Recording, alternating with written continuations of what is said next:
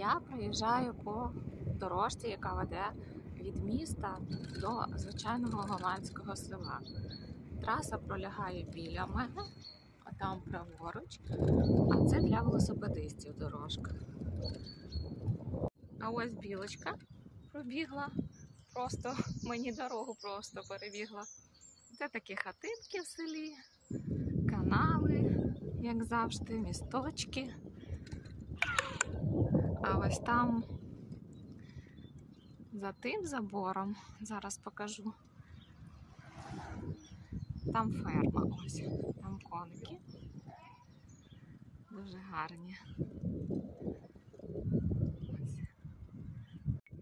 Ось, наприклад, місто Утрехт, а це будиночок біля міста. Бачите, які в них будиночки, але я хочу звернути на увагу, що не дивлячись на те, що там машини по 100 000, то забор у них ось такий.